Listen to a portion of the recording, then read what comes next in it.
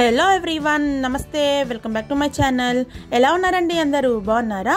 ఇవాల్టి వీడియోలో ఎంతో రుచికరమైన సేమియా పాయసాన్ని 10 నిమిషాల్లో ఎలా ప్రిపేర్ చేయాలనేది ఈ వీడియోలో షేర్ చేస్తున్నానండి. ఇందుకోసం నేను బాంబినో ఇన్స్టాంట్ వెర్మిసెల్లి కీర్ అంటే పాయసం మిక్స్ పౌడర్ని తీసుకున్నాను. ఈ ప్యాకెట్ వచ్చేసి మనకి అన్ని సూపర్ మార్కెట్స్లో అవైలబుల్గా ఉంటుందండి. నేను వచ్చేసి డీమార్ట్లో తీసుకున్నాను. ఇది 180 గ్రామ్స్ ఉంటుంది, 80 రూపీస్కి వచ్చేస్తుందండి మనకి. ఈ ప్యాకెట్లోనే మనకి సేమియా, షుగర్ పౌడర్, క్యాషు, కిస్మిస్, ఇలాచి ఇవన్నీ ఇచ్చేస్తారండి.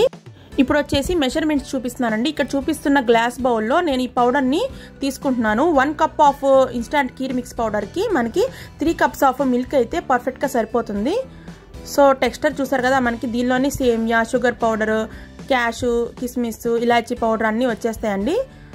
మనము ప్యాకెట్ మొత్తం యూజ్ చేయక్కర్లేదండి, మీకు ఎంత కావాలంటే అంత యూజ్ చేసుకోవచ్చు. 1 కప్ ఆఫ్ ఈ మిక్స్ పౌడర్కి 3 కప్స్ ఆఫ్ మిల్క్ అయితే పర్ఫెక్ట్గా సరిపోతుంది. మిగిలిన ఇన్స్టాంట్ కీర్ మిక్స్ పౌడర్ని ఈ విధంగా 8 కంటైనర్లో స్టోర్ చేసుకోవచ్చండి. ప్యాకెట్ని సీల్ చేసేసి ఎప్పుడు కావాలంటే అప్పుడు యూజ్ చేసుకోవచ్చు. ఇప్పుడు వచ్చేసి స్టవ్ వెలిగించి ఒక ప్యాన్ పెట్టుకొని ఇందులోకి 3 కప్స్ ఆఫ్ మిల్క్ని యాడ్ చేసుకోవాలండి. మిల్క్ బాగా బాయిల్ అవ్వాలి. అలాగే మిల్క్ అనేది క్రీమీగా ఉంటే పాయసం చాలా టేస్టీగా వస్తుందండి. సో మీగడ పాలు ఇలాగా బాయిల్ అయిన తర్వాత ఇందులోకి 1 cup of instant kheer mix పౌడర్ని యాడ్ చేసుకోవాలి. బాగా స్టిర్ చేసుకోవాలండి. సో మీకు ఆల్రెడీ చెప్పాను కదా, ఇందులోనే మనకి కిస్మిస్, క్యాషు, డ్రై ఫ్రూట్స్ అన్నీ వచ్చేస్తాయని చెప్పేసి. సో చూసారు కదా, ఇక్కడ మీకు చూపిస్తున్నాను. సేమియా, డ్రై ఫ్రూట్స్ అవన్నీ దీనిలోనే ఉంటాయండి. అలాగే ఇలాచీ పౌడర్ కూడా వాళ్ళు దీనిలోనే వేసిస్తారు. జస్ట్ ఇంకా మనం పాలల్లో మిక్స్ చేసుకుంటే పాయసం అనేది రెడీ అయిపోతుంది. ఈ విధంగా బాగా మరగనివ్వాలండి. సేమియా మెత్తబడే వరకు పాలని మరగనిస్తే సరిపోతుంది.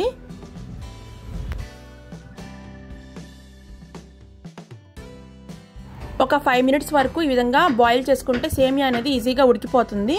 ఇది అప్పటికప్పుడు చేసుకునే ఇన్స్టాంట్ కీర్ కాబట్టి తక్కువ టైమే పడుతుందండి. 10 మినిట్స్లో కీర్ అనేది రెడీ అయిపోతుంది. సో చూసారు కదా, పాలు అనేవి క్రీమీ టెక్స్చర్లో రావాలండి. ఈ విధంగా బాగా మరగనివ్వాలి. ఒక 5 మినిట్స్ వరకు పాలని మరగనిస్తే పాయసం అనేది రెడీ అయిపోయింది.